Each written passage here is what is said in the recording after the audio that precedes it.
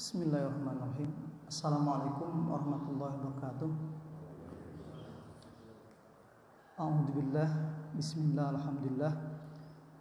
Alhamdulillahilladzi khalaqal insana wa 'allama bayan wa ja'alahu khalifatan fil 'alam. Asyhadu an la ilaha illallah wa asyhadu anna Muhammadan abduhu wa rasuluh. Allahumma shalli ala Muhammad. Allahumma shalli alaihi wa sallim. Allahumma salli ala Muhammad. Allahumma salli alaihi wasallim. Allahumma salli ala Muhammad. Allahumma salli alaihi wasallim. Alhamdulillah, pada pagi hari ini seperti biasa kita bisa melaksanakan sholat secara berjamaah. Mudah-mudahan kebiasaan ini kita laksanakan sholat subuh diantaranya merupakan sholat yang sangat berat. Kita bisa melaksanakannya, memeliharanya sampai akhir hayat. Amin ya Allah ya Rabbal alamin. Sebab banyak sekali keutamaan dalam pelaksanaan sholat subuh ini. Kalau kita gali, kalau kita kupas, sekali lagi mudah-mudahan di antara kita khususnya saling mengingatkan untuk senantiasa melaksanakan sholat secara berjamaah secara umum, dan secara khusus bisa melaksanakan sholat subuh secara berjamaah. Para jamaah sekalian yang dirahmati Allah Subhanahu wa taala, kemudian kita bersyukur bahwasannya sampai hari ini pun kita masih diberikan kesehatan lahir maupun batin. Ini sebuah kenikmatan yang sangat luar biasa sekali. Apalagi di kala pandemik ini ya. Saya kemarin ikut webinar mendengarkan Perhimpunan Dokter seluruh Indonesia. Salah satu saran dari Perhimpunan Dokter itu adalah kalau bisa, karena ini pandemik ini sangat meloncat luar biasa sekali, dalam 2 minggu ini kita tidak bertemu, tidak berinteraksi, tidak berkunjung, tidak bersilaturahmi lah dengan siapapun. Itu salah satu sarannya dari para dokter. Karena kalangan kesehatan sudah angkat tangan. Ini sudah nggak mampu. Di Tangerang itu, di Tegal Alur, yang menguburkan mayat itu bisa mencapai 40 orang dalam sehari gitu. Sekarang ini.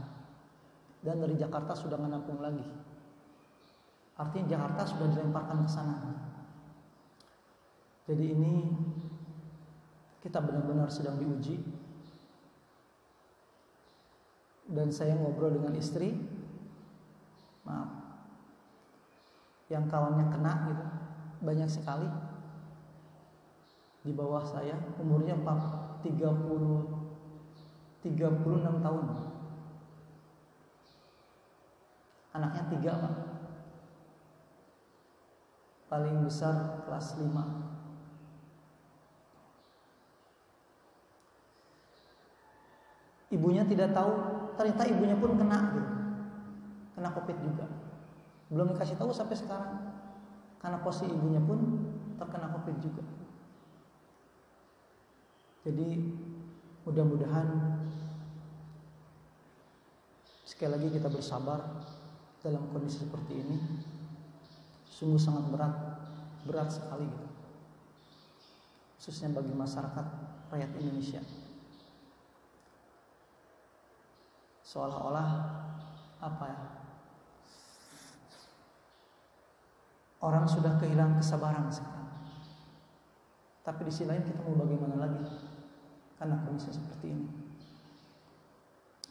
Tapi kita yakin di balik ujian ini, cobaan ini, masih ada peluang dan harapan, dan pasti mudah-mudahan ini tidak lama dan kita bisa melewati itu semua dengan baik, dengan selamat. Amin ya Allah ya Rabbal alamin. Para jamaah sekalian, pada subuh kali ini saya ingin menyampaikan berkaitan dengan hijrah tepatnya hikmah di balik hijrah. Sebagai dasarnya nanti para jemaah bisa dilihat di rumah. Quran surat An-Nisa ayat 100. An-Nisa ayat 100. Saya membacakan ya. A'udzubillahi minasyaitonirrajim. Bismillahirrahmanirrahim. Wa may yuhajir fi sabilillahi yajid fil ardi muragaman katsiran was'ah.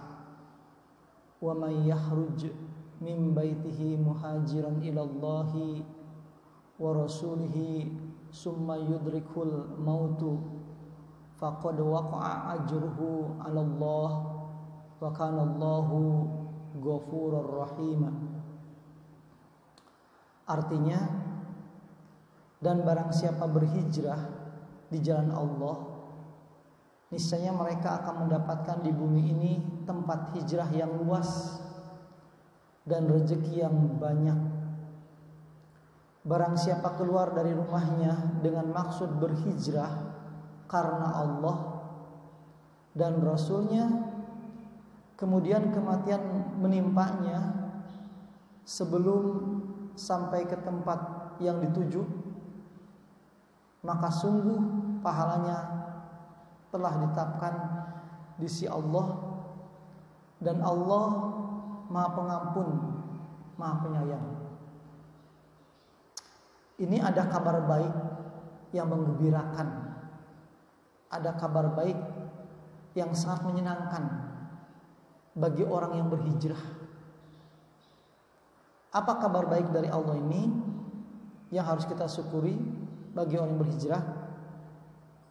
Pertama, orang yang berhijrah itu janji Allah, di bumi ini dia akan mendapatkan tempat hijrah yang luas. Jadi kita harus meyakini tempat rezeki ini bukan di Tangerang Selatan saja. Tempat rezeki ini bukan tempat bekerja kita sekarang saja. Jadi ketika kita menemukan, berhenti di tempat kita bekerja sekarang, tiba-tiba jangan kaget, karena emang rezeki Allah itu luas. Yang kedua, janji Allah, yang pertama tadi dia akan melihat, menyaksikan bahwa alam semesta ini luas. Yang kedua, rezekinya yang banyak. Jadi orang yang suka dan mau berhijrah, insya Allah janji Allah adalah rezekinya akan dibanyakan, dilimpahkan. Makanya seorang muslim tidak boleh gara-gara ada ujian, ada cobaan, ada istilah mentok, jalan buntu. Bagi seorang muslim itu tidak boleh mengenal jalan buntu. Kita harus dan pasti meyakini selalu ada jalan di setiap gerak langkah kita. Wah, perasaannya sudah mentok nih Pak, udah gak bisa lagi. Tidak boleh itu. Pak Kiai Al-Ghazali, salah satu pimpinan pondok pesantren di Tasik, kalau kita mengatakan seperti itu katanya sudah kufur ucapan ulama-ulama dulu itu. Jadi rezeki yang banyak bagi orang yang berhijrah. Kemudian barang siapa yang berhijrah, jadi barang siapa yang punya niat berhijrah, tujuannya karena Allah, kemudian dia mati di perjalanan belum sampai tujuan gitu. Di sini Allah menegaskan kepada kita, jadi Allah sudah memberikan pahalanya gitu. Jadi walaupun kita belum sampai ke tempat tujuan, Allah sudah menyiapkan pahala. Jadi Allah tuh Subhanahu wa ta'ala memberikan kita bukan hasil, tapi bagaimana proses perjuangan kita. Bukan kemenangan tujuan kita, tapi bagaimana ikhtiar kita. Jadi kalau begitu seorang muslim itu tidak ada istilah perjuangan sia-sia. Tidak ada istilah ikhtiar yang tidak ada guna. Semua gerak langkah yang dilakukan seorang muslim semuanya akan diberikan reward, penghargaan oleh Allah Subhanahu wa taala. Dan kita harus yakin setiap amal usaha kita itu akan diberikan apa? Balasan oleh Allah Subhanahu wa taala. Sudah seminggu belum gol juga. Sudah sebulan belum gol juga proyek kita, harus yakin pasti Allah itu apa? Akan berikan yang terbaik bagi kita. Para jemaah sekalian, ini salah satu dasar kenapa kita harus berhijrah. Saya ingat pernyataan dari ulama besar di Indonesia, diantaranya Buya Hamka. Kalau hidup sekedar hidup, babi di hutan juga hidup. Kalau hidup sekedar bekerja, kera juga bekerja.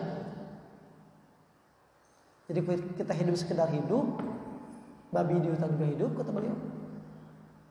Kalau kerja sekedar kerja, kera juga bekerja. Tapi manusia bukan untuk itu. Bukan hidup untuk sekedar hidup atau sekedar bekerja, makan dan minum. Tapi bagaimana hidup kita ini dari hari ke hari semakin berguna, semakin berharga, semakin bermanfaat. Yang kita sering kenal, khairun nas anfa'uhum linnas. Banyak memberikan kemanfaatan, kemaslahatan kepada banyak orang. Minimal kita ini maslahat bagi diri sendiri gitu. Jadi kita hidup kita ini benar-benar merasa bermanfaat bagi diri kita sendiri. Mudah-mudahan buat keluarga, mudah-mudahan buat kerabat, tetangga, dan masyarakat secara luas. Kalau semangat ini dimiliki oleh setiap pribadi muslim, insya Allah tuh perubahan bangsa ini akan terus semakin membesar. Dari yang kecil terus. Para jemaah sekalian, sekali lagi, kenapa kita penting berhijrah? Coba kita lihatlah. Manusia ini kan makhluk yang berubah. Secara fisik bisa berubah. Semangat juga bisa berubah. Kalau secara fisik kok udah. Mata ini lambat laun mata saja. Kalau fisik secara keseluruhan melemah. Betul nggak? Ada istilah ya kata, udah faktor umur, udah 40 tahun kita. Jangan terlalu diporsir, gerak pun terbatas. Penglihatan sudah mulai berkurang. Pendengaran sudah mulai berkurang. Kadang semakin tua berumur, kata orang sensitif katanya. Betul nggak Pak ya? Anak kita terus membesar, kita juga bertambah umur kan? Perasaan kita. Tapi kita pun sekarang udah merasakan. Maaf, mungkin angkat yang berat sudah mulai terasa. Olahraga terlalu banyak atau berat juga terasa. Maka disinilah pentingnya kita untuk melakukan hijrah. Hijrah itu ya berpindah. Bahasa anaknya gaul apa? Move on. Mungkin yang gampang pemarah menjadi pemaaf. Gampang kesinggung, lapang.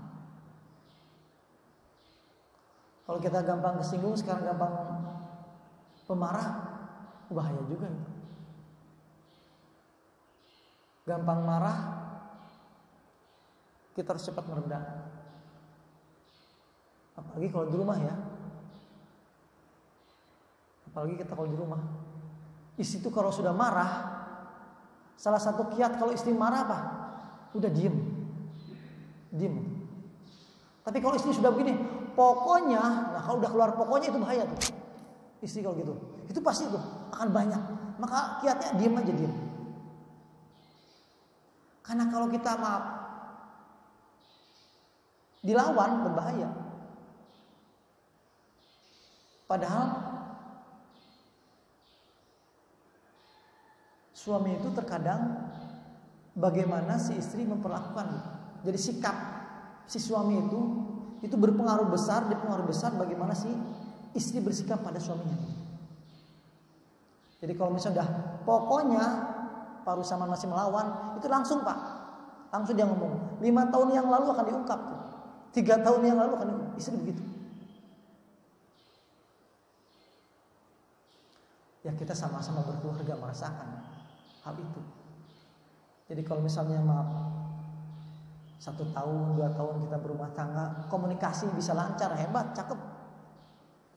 Kata orang komunikasi, yang paling sulit itu di keluarga adalah komunikasi yang baik. Kadang udah 5 tahun, 10 tahun, mungkin lebih juga kita komunikasi di rumah dengan istri belum bisa berjalan dengan baik. Betapa sulitnya berkomunikasi di rumah itu. Para jamaah sekalian yang dirahmati Allah Subhanahu wa taala. Jadi sekali lagi penting sekali bagi kita untuk melakukan hijrah masing-masing. Kebetulan di kala pandemik ini mungkin ada waktu banyak untuk merenung, ada waktu untuk mengevaluasi, karena anak kita di rumah sekarang belajarnya daring ya. Ditambah sekarang 2 minggu lagi masih daring juga. Begitupun di kampus anak mahasiswa. Jadi ada hikmah di balik apa Allah menurunkan musibah ini khususnya kepada bangsa Indonesia. Dan tentunya bagi bangsa Indonesia, negara yang beriman harus meyakini Allah lah yang menganugerahkan kekuasaan, dan Allah juga yang akan mencabut kekuasaan. Allah yang memuliakan seseorang, dan Allah berkuasa juga akan menghinakan seseorang. Tadi malam atau kemarin kita mendengar, menyaksikan di TV, sosial media, pesawat Sriwijaya ya, menghilang.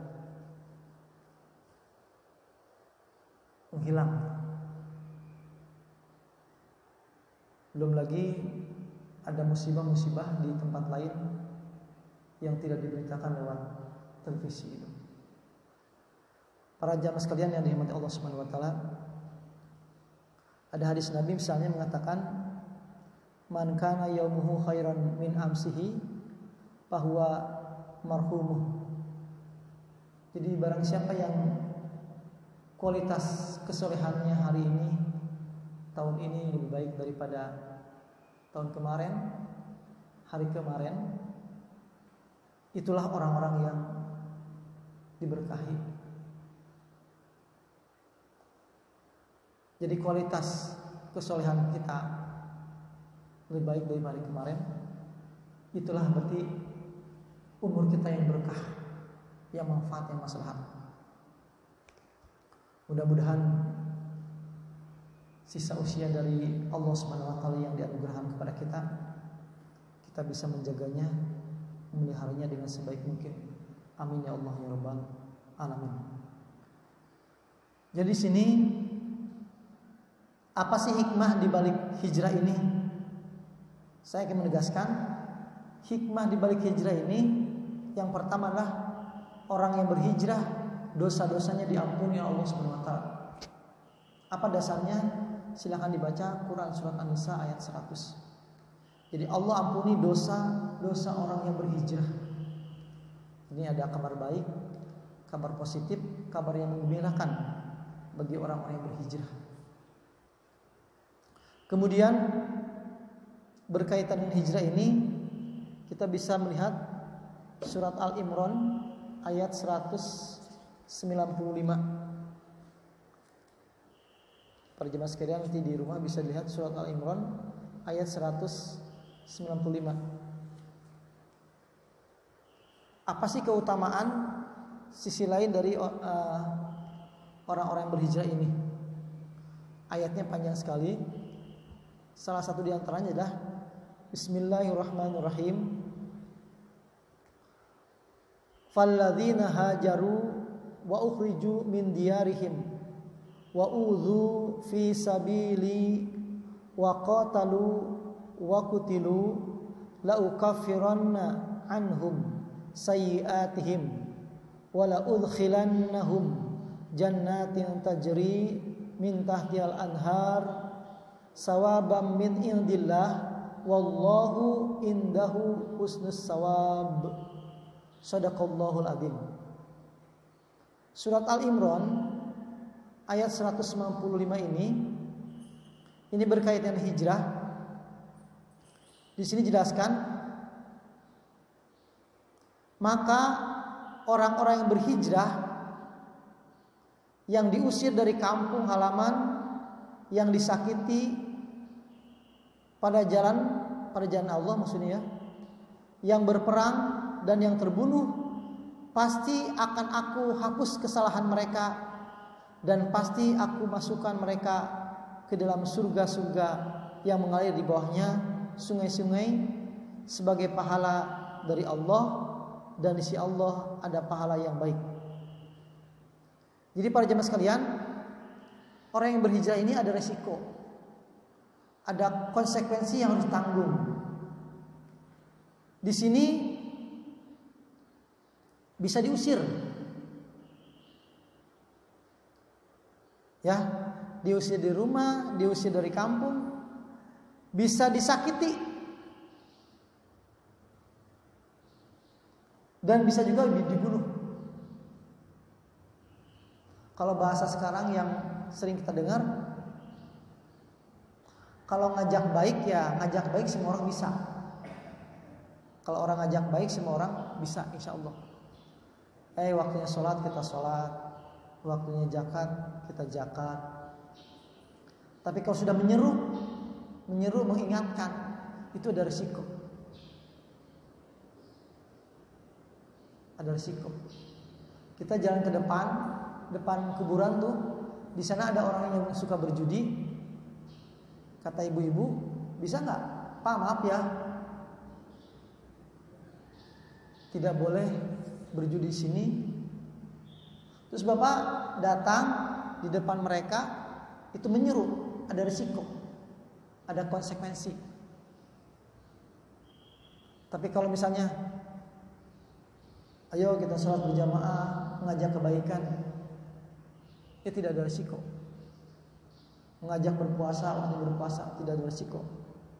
Tapi kalau kita masuk di situ tempat orang yang tidak berpuasa di siang hari, makan, minum, terus kita menyeru, mengingatkan, pasti ada risiko.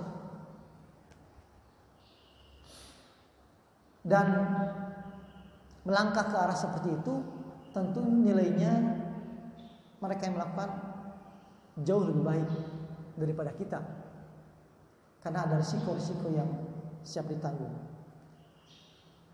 Jadi ada risiko jasmani, bahkan ada risiko lain. Para jemaah sekalian, di sini tegaskan bahwa surat Al-Imran ayat 195 ini,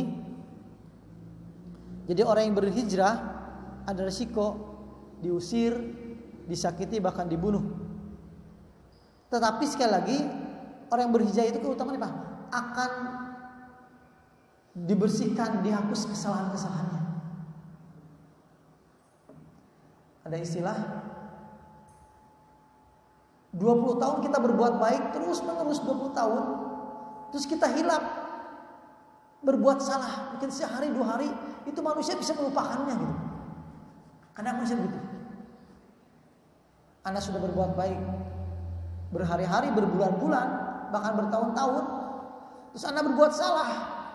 Itu yang berbuat baik yang sudah sekian tahun orang tidak melihat kesalahannya aja. Makanya dengki itu orang yang dengki itu orang yang hidupnya tersiksa gitu. Mudah-mudahan kita bermohon kepada Allah dijauhkan dari sifat dengki. Kita sudah minta maaf juga salah, minta diampuni juga salah, serba salah. Makanya kalau kita punya hati yang lapar, yang lapang, itu sebuah karunia dari Allah Subhanahu wa taala yang luar biasa sekali. Kita harus syukuri. Kemudian para jemaah sekalian, kedekatan. Kemudian para jemaah sekalian, apa sih hikmah kedua bagi orang yang berhijrah? Hidupnya akan diberkahi oleh Allah Subhanahu wa taala. Jadi orang yang hijrah itu akan diberikan keberkahan oleh Allah Subhanahu wa taala. Ini bisa dilihat dalam surat Al-A'raf, nanti di rumah dilihat ayat 96. Surat Al-A'raf ayat 96. Sering juga kita dengar ini. A'udzubillahi minasyaitonirrajim. Bismillahirrahmanirrahim. Walau anna ahlal qura amanu wattaqau lapatahna 'alaihim barakatim minas sama'i wal ardi walakin kadzabu fa akhadnahum bima kanu yaksibun. Jadi ini sering kita dengar ayat ini, surat Al-A'raf ayat 96. Dan sekiranya penduduk negeri beriman dan bertakwa, pasti kami akan melimpahkan kepada mereka berkah dari langit dan bumi. Jadi kalau penduduk bumi ini beriman dan bertakwa, akan dilimpahkan keberkahan. Jadi kalau kita ingin berkah, diberkahi hidup oleh Allah Subhanahu wa taala, udah beriman saja, bertakwa, pasti dilimpahkan keberkahan oleh Allah Subhanahu wa taala. Para jemaah sekalian yang dirahmati Allah Subhanahu wa taala, tetapi di sini kalau manusia berdusta, mendustakan nikmat Allah, sebaliknya apa? Akan disiksa.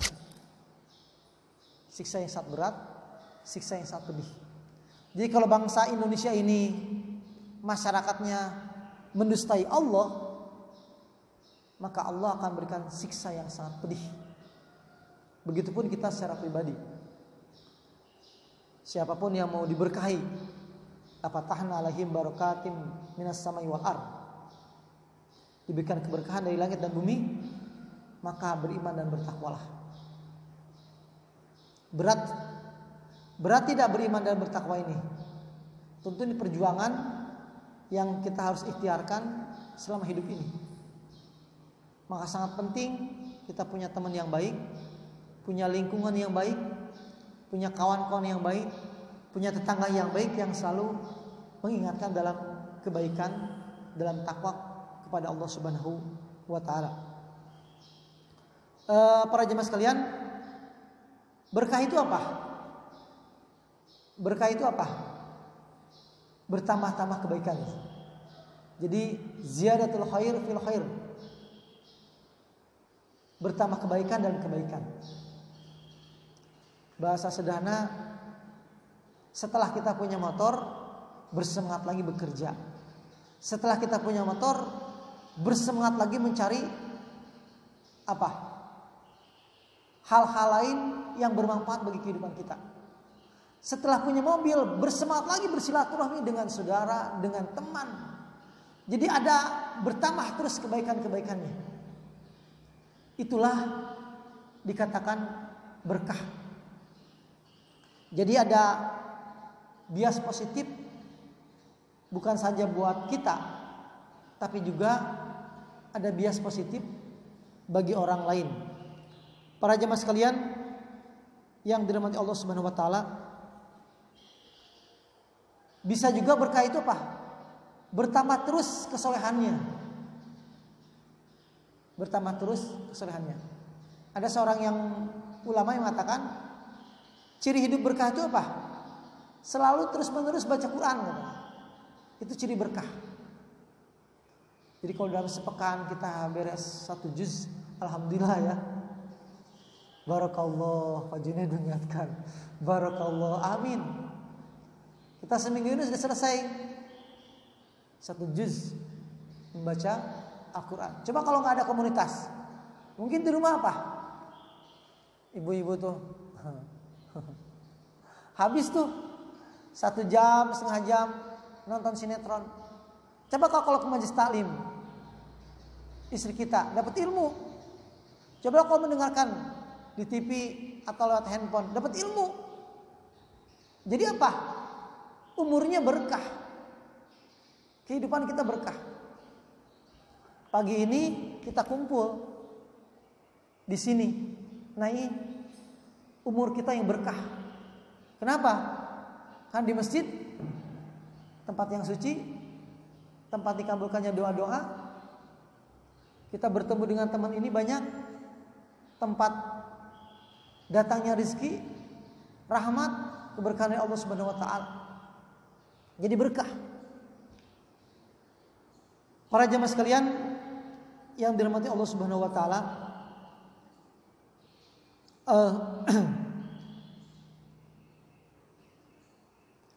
jadi pada ayat Al-A'raf ini, ayat 96, jadi orang yang beriman dan bertakwa, sekali lagi Allah jamin akan diberikan keberkahan kehidupannya dari langit dan juga dari bumi. Mudah-mudahan kita bersemangat terus menerus meningkatkan kualitas keimanan dan ketakwaan kita kepada Allah Subhanahu wa taala. Para jemaah sekalian yang dirahmati Allah Subhanahu wa taala, kemudian yang ketiga, apa sih hikmah orang yang berhijrah ini? Yang ketiga, orang yang berhijrah ini janji Allah akan mendapatkan kehidupan yang baik. Kehidupan yang baik. Kalau tidak salah, saya pernah menyampaikan, saya pernah ngobrol dengan teman, dia alumni dari ITS Surabaya. Itu bekerjanya di pabrik bir.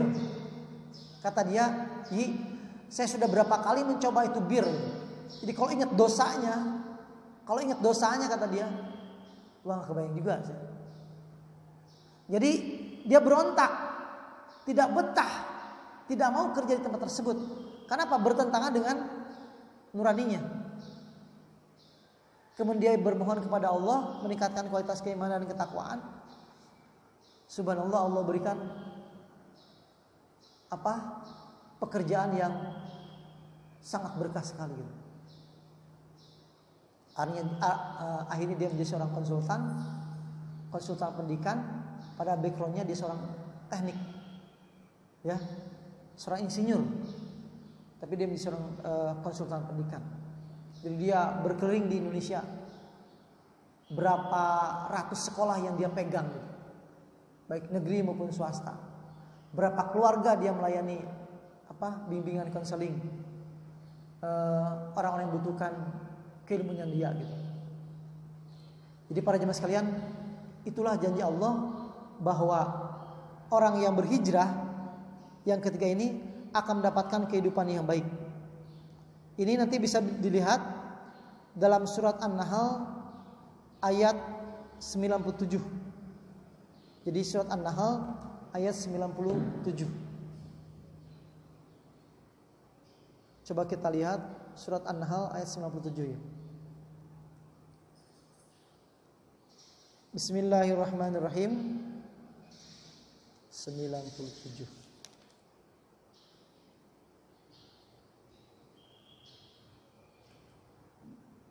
Man 'amila shalihan min dzakarin aw unsa wa huwa mu'minun falanuhyiyannahu hayatan thayyibah wa lanajziyannahum ajrahum bi ahsani ma kanu ya'malun. Ini ayat 97 surat An-Nahl. barang siapa yang mengerjakan kebajikan baik laki-laki maupun perempuan dalam keadaan beriman, maka pasti akan kami berikan kepadanya kehidupan yang baik dan akan kami beri balasan dengan pahala yang lebih baik dari apa yang telah mereka kerjakan.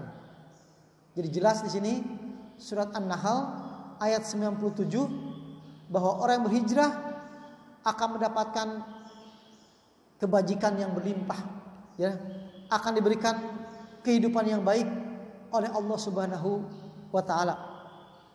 Jadi para jamaah sekalian, bersemangatlah kita, teruslah kita berbuat baik selama jantung, selama badan sehat, selama mata masih bisa melihat, selama tangan masih bisa digerakkan, selama kaki masih bisa diayunkan.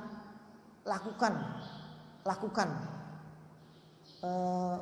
menuju kebaikan-kebaikan, karena Allah berjanji bagi orang berhijrah akan diberikan kehidupan yang baik.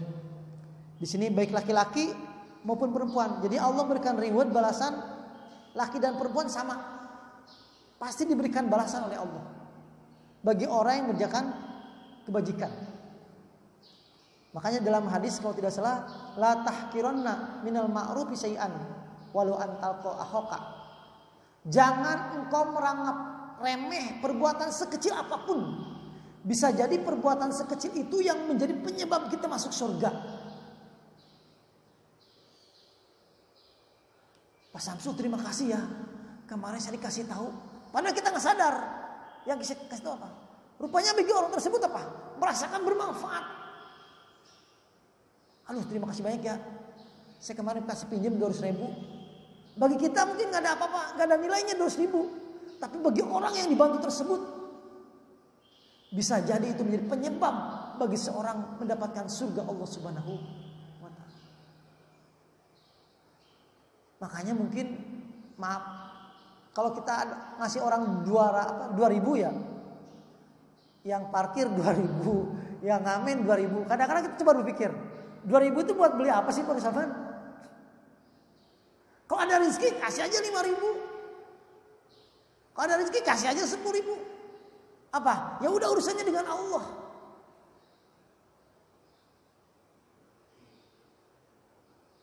Betul nggak? Katanya salah satu kiat bagi kita yang ingin dilimpahkan rezekinya, salah satu di antaranya apa? Sedekah di pagi hari. Jadi kalau kita melek, cepat berpikir, sedekah apa? Jadi apa yang bisa kita lakukan? Apa ucapan, apa perbuatan, apa materi? Kalau pagi-pagi kita mengeluarkan sedekah, itu akan dilipat gandakan. Kan jelas kan? Malaikat akan mendoakan bagi orang-orang yang berderma, melipat gandakan. Jadi kalau misalnya pagi-pagi sudah, aduh hujan, aduh repot kalau sudah gitu. Pagi, aduh hujan, berangkat kantor, mana hujan begini, mana becek, aduh. Jadi berpikirnya positif. Apa nih? Ucapan, perbuatan, materi. Kalau kita keluarkan pagi-pagi itu dilimpahkan oleh Allah. Balasannya dilimpahkan. Ada sendal tuh, ada pemulung. Pak, ini sendalnya Pak, kalau bisa dimanfaatkan. Daripada sendalnya ditaruh terus dipakai kagak gitu. Sepatu ditaruh terus dipakai kagak. Ada baju di lemari dipakai kagak, dikasih enggak, kasihkan.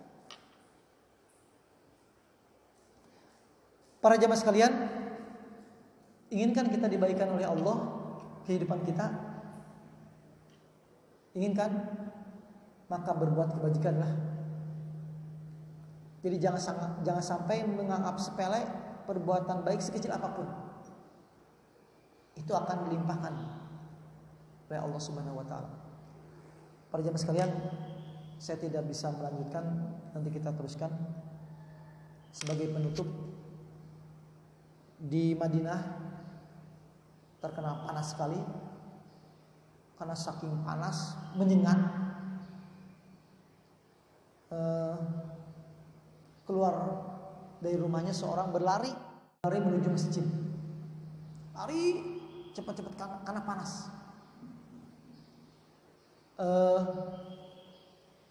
Saking terasa panasnya maka buru-buru gitu lari, cepat-cepat menuju masjid. Ternyata itu Abu Bakar Siddiq ke masjid. Kemudian dia berdoa kepada Allah Subhanahu wa taala. Tak lama kemudian ada lagi yang berlari. Cepat-cepat berlari ke masjid, panas, tidak kuat. Ternyata itu Umar.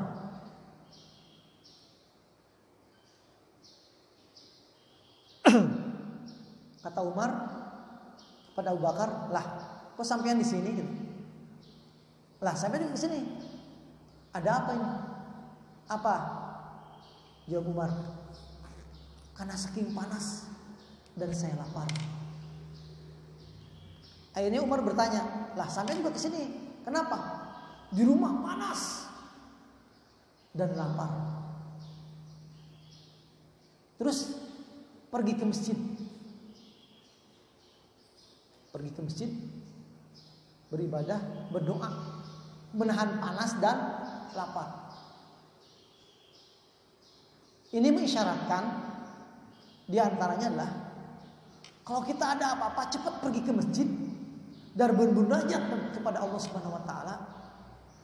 Sesulit apapun, sesukar apapun, sesakit apapun, ngadu kepada Allah.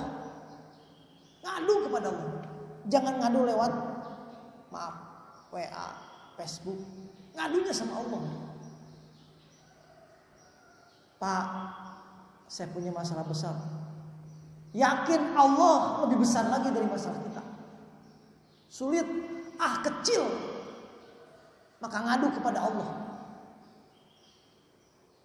Dikala seperti ini, masjid di sisi lain banyak dikosongkan, maka kita cepat kalau ada apa-apa mengadu kepada Allah Subhanahu wa taala.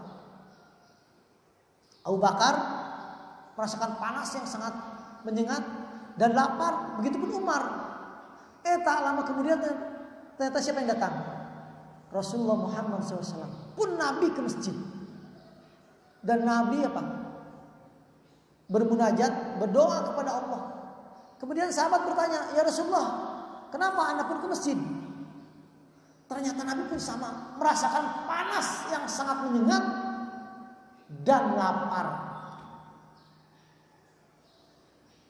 Para jamaah sekalian, ini kan kisah yang ditemui oleh siapa? Para sahabat yang hidup di masa Nabi. Ternyata apa? Mereka ngobrol seperti kita lah. Di antara mereka ngobrol bahwa sama-sama lapar, tidak ada makanan, tidak punya makanan, sementara situasi sangat panas. Akhirnya, "Ya Rasulullah, bagaimana kalau kita bersilaturahmi, berkunjung?" Berarti apa? Dari masjid berhijrah kan, berpindah kan? Kalau tidak salah, kepada siapa tuh? Amr bin As. Saya lupa lagi nih. Pokoknya dia berkunjung kepada salah sahabat yang kaya raya. Begitu berkunjung kepada sahabat yang kaya raya tadi, itu langsung disambut, dihormati. Kalau gitu Pak, ya hadis apa ya? Kalau bahasa Betawi apa Ustaz? Disambut, dihormati itu dilayani apa Ustaz? Itu bahasa Betawi itu. Kalau orang Sunda itu dirapek apa? Kalau di Jawa apa istilah? Jadi begitu Nabi datang, orang kaya tadi menyambut, menghormati dan rasa senang sekali. Apa isyaratnya? Isyaratnya apa? Seorang muslim itu kalau kedatangan tamu orang yang mulia, hormati, muliakan, cepat sambut. Ya kalau bahasa sekarang siapa? Para ulama lah. Orang-orang yang mengetahui syariat Allah lah. Para fuqaha lah. Para alimun, orang yang berilmu.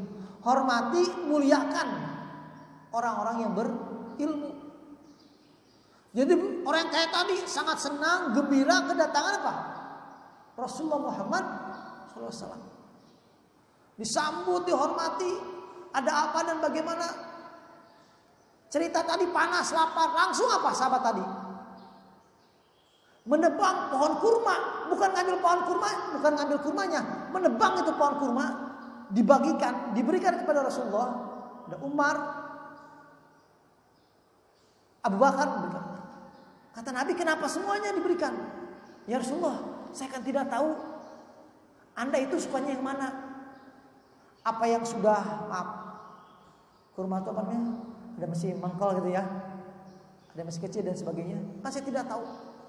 Tapi sebenarnya apa? Isyarat penghormatan kepada yang mulia Rasulullah Muhammad SAW. Nah, seorang muslim itu begitu. Jadi saya ingat ada pimpinan pondok pesantren di Bogor, Al-Quraniyah, Ustaz Ahmad, anaknya teman saya, Mujahid. Begitu saya datang ke rumahnya, kan di Kiai lah, karena pimpinan pondok pesantren. Saya malu gitu, Pak Kiai ini ngasih air, ngasih makanan, ngasih pisang. Saya malu yang begitu Kiai gitu. Kan saya bingung. Saya kan temannya anaknya itu. Udah gitu apa? Ya saya nanya, ya dapat ilmu langsung. Kalau Anda cepat menghormati, memuliakan tamu, Anda pun nanti akan dihormati, dimuliakan seperti itu. Kalau Anda tidak merasakan, itu akan dijemput oleh anak cucu kamu. Udah, jadi ilmu. Apalagi kepada orang-orang yang berilmu, alimun. Apa? Nabi makan kurma tadi, kemudian sahabat tadi apa?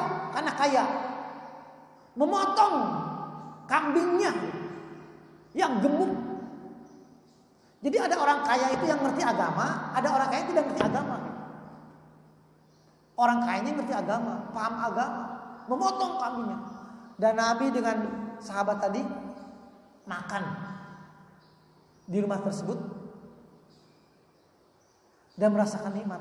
Sampai Nabi mengatakan ini, demi Allah, diangkat tangan kan. Apapun yang masuk ke mulut saya, apapun yang masuk ke tenggorokan saya, ini akan dimintai pertanggungjawaban oleh Allah Subhanahu wa taala.